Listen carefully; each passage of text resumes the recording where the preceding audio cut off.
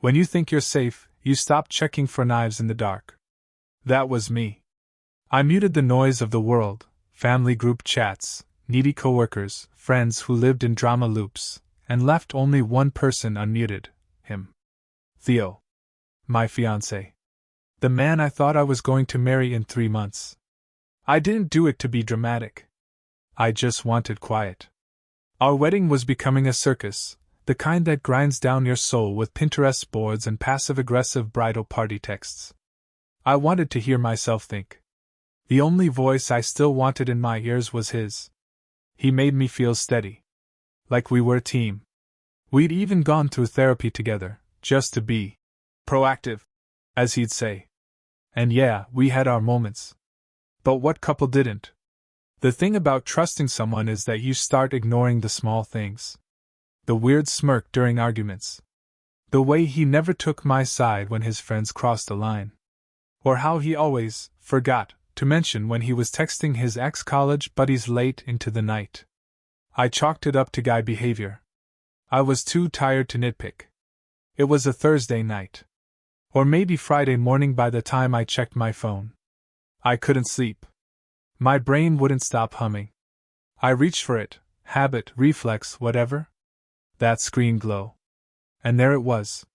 One message. From Rachel. She shouldn't have been able to get through. She was muted.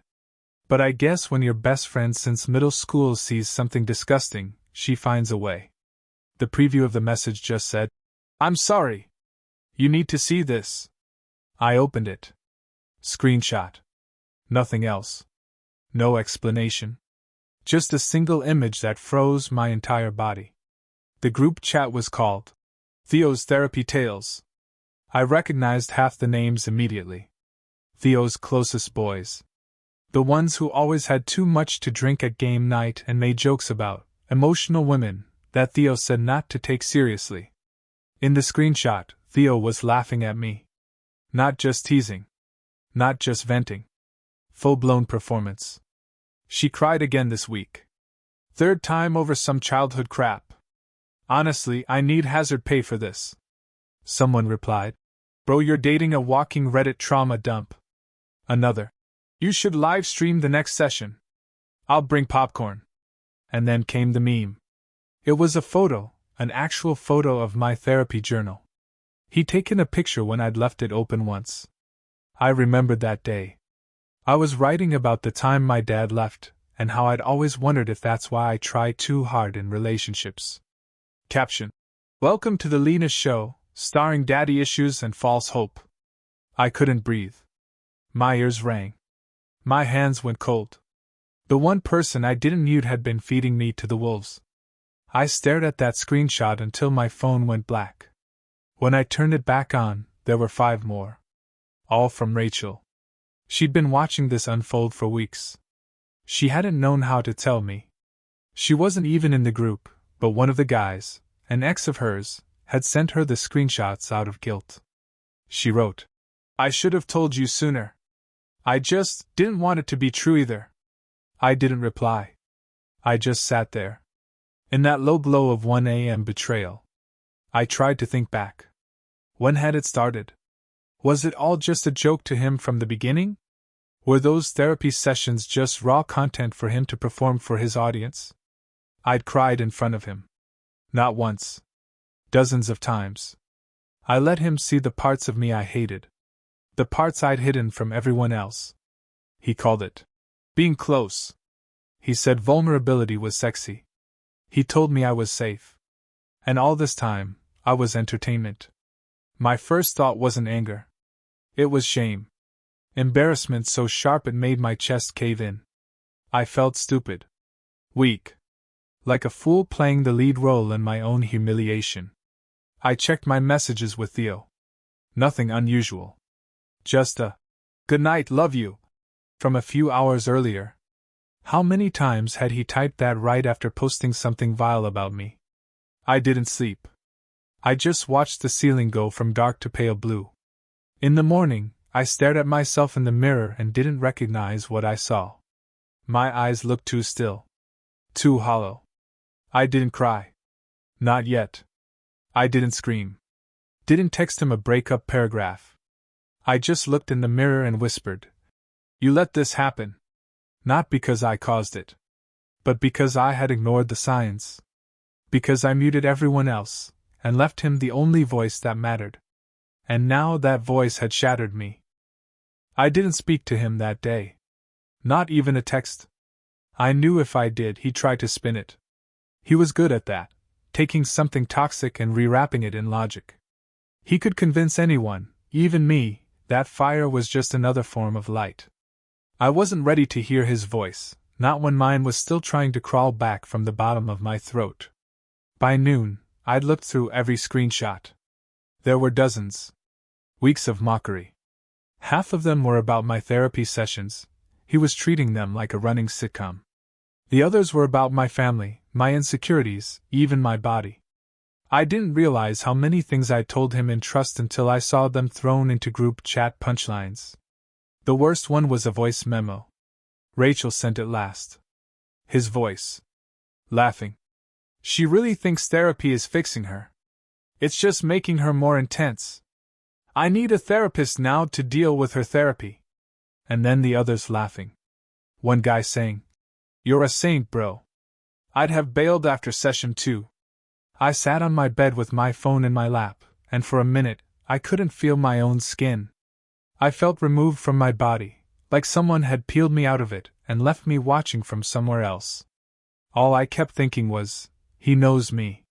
And still chose to humiliate me. I didn't eat. Couldn't. I kept hearing the echoes of him calling me. Too much. And now I knew what that meant. It wasn't just about being emotional. It meant I was inconvenient to love. That he wanted the image of being supportive without doing the work of actually being safe. Around 4 p.m., Rachel called. I didn't answer, but I texted back, "Thank you. I'm not okay, but thank you." She replied, "I'm here when you're ready." No questions. And that was enough for now. By evening, I'd opened our shared apartment lease on my laptop. My name was first. I started making a plan. 1 suitcase, essentials, the couch at my sister's place. She was still muted, but I'd fixed that. I needed to get out before I gave him the chance to rewrite the story. Around 9 p.m., he texted me. "Hey babe, everything okay? Didn't hear from you today." I didn't answer. Then, "Did I do something?" Still no reply. Then he called. I watched the screen light up with his name. My chest tightened, but I didn't touch it. I let it ring out. Another message, this one longer. "Look, I don't know what Rachel told you, but whatever it is, it's probably out of context. You know how she is." There it was. Blame the woman. Blame the source. Always easier than facing the mirror. "You and I are solid. Don't let anyone get in your head. I love you." I nearly laughed. Not because it was funny, but because it was predictable. That same tone he used when he didn't want to fight, just wanted me to fold.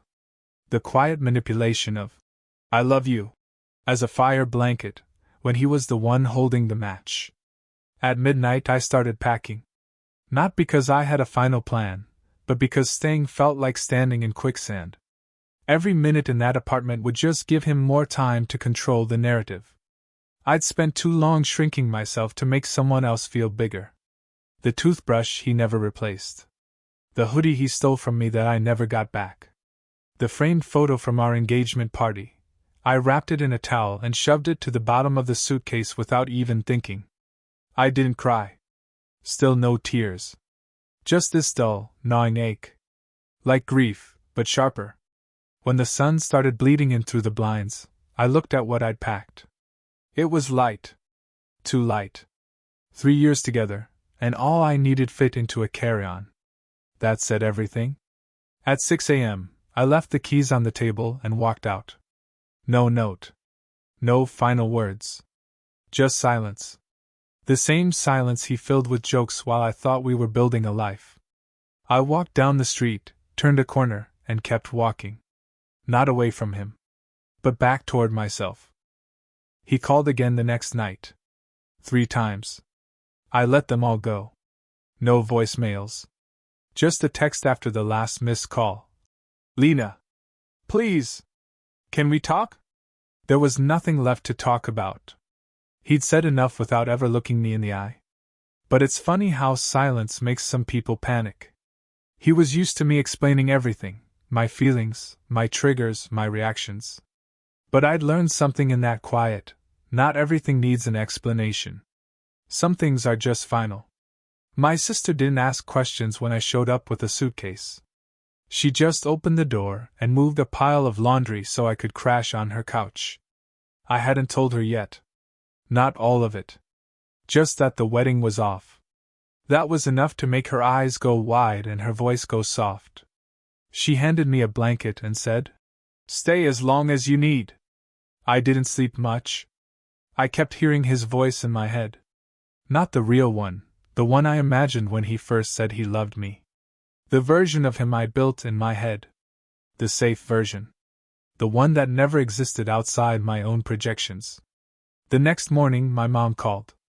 She'd seen my updated status. Postponed. That's what I changed it to. Not cancelled. Not single. Just that word. Safe. Vague. She asked if Theo was okay. I said, "He's fine." She asked if I was okay. I lied. I will be. And maybe I would. Eventually. People love asking why things ended, as if there's a clean answer. But betrayal isn't a single act. It's a build-up. 1,000 tiny cuts until one finally hits a vein. By noon, I deleted the shared wedding planner account. Removed my name from our joint registry. He hadn't touched any of it since the week before. I wondered if he'd even noticed. Probably not. Planning the wedding was always my task. He just showed up for cake tasting and the photo ops. Rachel checked in again. She asked if I needed her to talk to anyone. I said no. I wasn't hiding. I just wasn't explaining. Not yet. He finally sent a long message that night. One of those rambling walls of text, the kind you write when you're spiraling and still hoping you can manipulate the outcome. It started with, "I didn't mean to hurt you." That's the lie people use when they don't want to admit the truth. They didn't care enough not to. He called it venting. Said his friends were just being guys. That it wasn't about me, it was about processing stress. Then he blamed the journal. It was open. I was curious. No apology. No ownership. Just justifications covered in guilt-flavored syrup.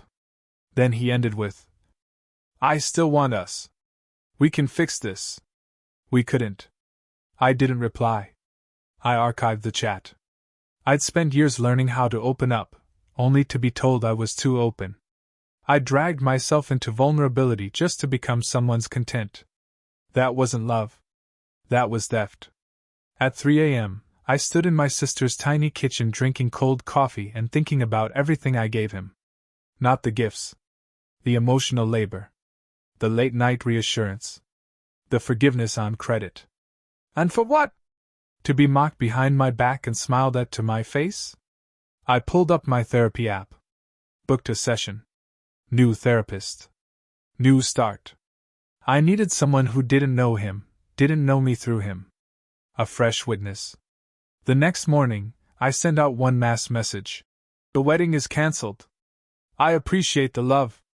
Please don't ask for details." That was it. Some people responded with hearts. Some with shock. A few with silence. That last one? I welcomed it. Silence no longer scared me. It meant space. It meant I was finally alone with myself, and this time, not lonely. The first real step wasn't leaving him. It was choosing myself and meaning it. The first thing I noticed about freedom was how quiet it was. Not the kind of quiet that creeps in after a fight, heavy and waiting. This was cleaner. Still. I didn't owe anyone a reply. I didn't have to measure my words, soften my tone, make my anger digestible. I didn't have to shrink to fit someone else's peace. I deleted his contact. Not because I thought he'd stop calling, but because I didn't want to see his name pop up anymore. It was a trigger disguised as familiarity. I replaced it with a blank space, like erasing graffiti from a wall that used to belong to me. My sister left a coffee mug on the counter the next morning with a sticky note. "You're doing harder things than most people even admit. Proud of you." I didn't cry when I read it. I just felt seen. For the first time in a long time. People started reaching out. Not just friends, but people who'd met us once or twice. They wanted the story, the scandal, the messy details. I didn't give them any. I'd spent enough time living out my pain for others. I wasn't going to turn it into another show. Rachel sent one more screenshot, an apology from one of the guys in the chat. He said he felt bad, said it went too far. Bet he hoped I was healing. I didn't reply to him either. Healing wasn't his to check on. He'd laughed while I bled. Regret after exposure isn't remorse. It's self-preservation. My therapist was new. Quiet. Listened more than she spoke. She asked me what I wanted from our sessions. I told her, I want to stop confusing attention for love. That's what Theo gave me. Attention. Not care. Not safety. He watched me closely so he could mimic understanding. But the second it became inconvenient, he performed me like a script he never respected. I wasn't his partner. I was a character he could control. She said, "What do you think made you accept that as love?" And I said the thing I hadn't told anyone else yet. Because I was scared I wouldn't find anything better. That was the truth. Not just about him. About me. About years of relationships where I settled for surface-level connection just to avoid loneliness. I poured so much into people who gave back only enough to keep me hooked. And I told myself I was lucky even for that. Leaving Theo wasn't just about what he did. It was about finally believing I deserved more than emotional leftovers. I started making a list of things I'd forgotten I loved: morning walks with music and no destination, writing letters I'd never send, laughing without checking someone's reaction, feeling my own presence without asking for permission. I reread old journal entries. Saw all the red flags in my own handwriting. How many times I'd written, "He didn't mean it like that." Or, "Maybe I'm just being sensitive." That journal became a mirror. I was documenting my own erasure and calling it growth. I stopped muting people. My mom called again, and I answered. Told her I was okay, but not fine. She didn't push. Just said she loved me and that I could come home anytime. I didn't want to. Not yet. This pain, raw as it was, felt like mine for once. Not a shared burden, not a performance, just mine. I started sleeping better. Not because the pain was gone, but because I wasn't waiting for the next betrayal to land. I wasn't holding my breath. I wasn't guarding myself from the person in my bed. I blocked Theo's number. Final step. No more loopholes. No more what-ifs. A few nights later, I sat outside with a glass of wine, alone, in silence. It wasn't sad. It wasn't dramatic. It was real. And real felt rare. The biggest lie he ever told wasn't in the texts or the group chat. It was when he held me and said, "I'd never hurt you." But the truth is, people always hurt each other eventually. The difference is whether they feel entitled to. He did. And I don't anymore. 2 weeks passed before I opened the wedding dress bag. It had followed me, untouched, like some ghost of promises made and now broken. I didn't cry when I unzipped it. I didn't touch the lace or run my hand down the bodice like the movies show. I just stared at it. A dress for a version of me that no longer existed. I zipped it back up and posted it for sale the next morning. No dramatic caption. Just the size and the price. Let someone else give it new meaning. I saw his mother's name pop up in my notifications. She messaged me, asking if I was sure. Said Theo hadn't been himself. That he'd been trying. That no relationship is perfect. I didn't respond. If she had checked on me once before the engagement, I might have believed her. But silence until damage control isn't support. It's allegiance. And I didn't need another person to gaslight me with politeness. My therapist asked what I feared most now. I told her the truth. That I'll attract another version of him in a different face. She nodded and said, "Then maybe it's time to trust that you've changed enough not to let it happen again." That hit deeper than I expected. I started walking in the mornings again. No music. Just the sound of my own thoughts. At first, they were loud, messy, tangled. But slowly, they softened. I wasn't obsessing over what I missed or what I'd lost. I was starting to ask what I gained. Clarity. Peace. A sense of my own line, where I end and where someone else begins. A friend I hadn't heard from in months messaged me. She said, "Saw the news. Proud of you. Most people stay." That was the theme. Everyone kept saying I was strong, like that was the prize for walking away. But strength wasn't what kept me in the relationship. It was what finally got me out. I threw away our engagement party photos. Not in anger. In recognition. They didn't represent love. They were a performance, a snapshot of a curated lie we told ourselves and others. Keeping them would have meant keeping the story. And I was done with that chapter. I started writing again. Not for work. For me. Pages that wouldn't be posted, liked, or shared. Just the mess inside me, unfiltered. I wrote about the moment I realized I stopped feeling safe around him. It wasn't loud. It was a dinner conversation where he joked about my anxiety like it was a quirk. The table laughed. I laughed too. And then I cried in the bathroom, silently, while he ordered dessert. I stopped blaming myself. Not because I was flawless. But because accountability and shame aren't the same. I saw red flags. I chose to see potential. That wasn't weakness. That was hope. And he turned it into a weapon. I started practicing saying no again. Not just to people, but to parts of me that begged for validation. The version of me that needed someone to call her good to feel worthy. She was still there, small and wounded. But I was learning how to hold her without letting her drive. I returned the gifts from his family. The framed quote. The kitchen set. The future Mrs. mug. All boxed and mailed back. Closure doesn't always come from words. Sometimes it's in removing reminders. I stopped checking his socials. I didn't block him there, but I muted everything. I didn't care what he was doing. I just didn't want to fall into the trap of romanticizing him. Nostalgia is a liar when you're healing. It filters everything in soft lighting and forgets the bruises under your smile. My sister invited me to dinner. Her husband hugged me like I hadn't been broken 2 weeks ago. It felt normal, and for once, I didn't feel like I was performing stability. I was just tired, raw, and honest. And nobody asked me to be anything else. Someone asked if I missed him. I said I missed who I thought he was. Not the man. The illusion. The version I built out of need and filled with my own goodness.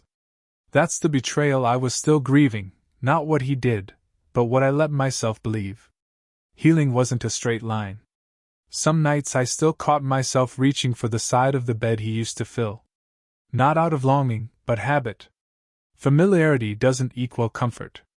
That took time to learn. I didn't need revenge. I didn't need closure from him. I just needed peace. And every day without him was one less day I lived in a lie. That was enough. That had to be. I didn't expect to feel lighter. I thought the grief would stretch longer, louder. But clarity has a way of trimming weight you didn't know you carried. I stopped defending the choice to walk away. The people who understood didn't need reasons. The ones who didn't never really listen to begin with. Theo's best friend texted me. Just one line. "You know he loved you, right?" I didn't reply. Because love without respect is just possession. And love that humiliates you isn't love, it's control dressed in sweet words and public smiles. If he loved me, he'd have protected me, not exposed me. I finally told my boss. Told her the wedding was off and I needed time. She didn't ask for details. Just nodded and said, "Take it." That silence felt safer than any sympathy. I wasn't looking for comfort anymore. I was building my own. My therapist asked if I felt anger. I told her I'd felt it in layers. First at him, then at myself, then at all the people who watched it happen and stayed quiet. But now, it wasn't rage. It was calm refusal. I refused to carry anyone else's guilt. I refused to rewrite my story to make others feel better about their roles. I passed by our favorite brunch spot. I didn't stop. But I didn't flinch either. That felt like progress. The landmarks of our relationship were just places now. Not traps. Not triggers. Just buildings with doors I didn't need to walk through. Rachel told me Theo had taken a break from work. Said he was processing. I didn't care. Healing isn't about watching your ex fall apart. It's about no longer tethering your worth to their reaction. He could grieve. Or not. That wasn't mine to hold anymore. I packed the last box of shared items. Random things. A candle from our trip to Portland. A framed print of a city we said we'd visit. I labeled it return or trash. Most of it ended up in the bin. That chapter didn't need souvenirs. I started saying yes to plans again. Dinner with old friends. A gallery opening. Drinks where I didn't have to explain my pain. I just existed unedited. That felt new. For once, I wasn't a woman being pitted or dissected. I was just present. Someone flirted with me. Gently. No pressure. Just a smile, a compliment, a moment. And I didn't freeze. I didn't compare him to Theo. I didn't run. I didn't lean in either. But I noticed. And that was enough for now. I reread the messages I never sent him. The long drafts filled with pain and clarity and demands for answers. I deleted them all. He didn't deserve my words. Not anymore.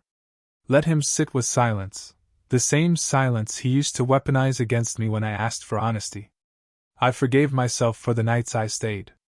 For the red flags I painted white.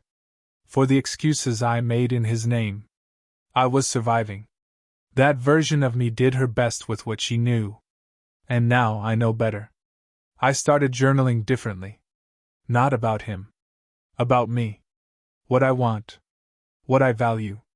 What I'll never tolerate again. I stopped centering him in the narrative. I was no longer the woman broken by a man. I was the woman who walked away before she lost herself. My sister's kid asked why I wasn't getting married anymore. I told her. Because sometimes, loving yourself means letting go of what hurts. She nodded like she understood. Maybe she did. I revisited old photos, not of us, but of me. Solo trips. College. That day I cut my hair short just because. I saw someone I hadn't looked at in a long time. She looked free. And now she looked back. I unsubscribed from the wedding blogs. Deleted the couples board on Pinterest. Took the magnets off the fridge. No ceremony.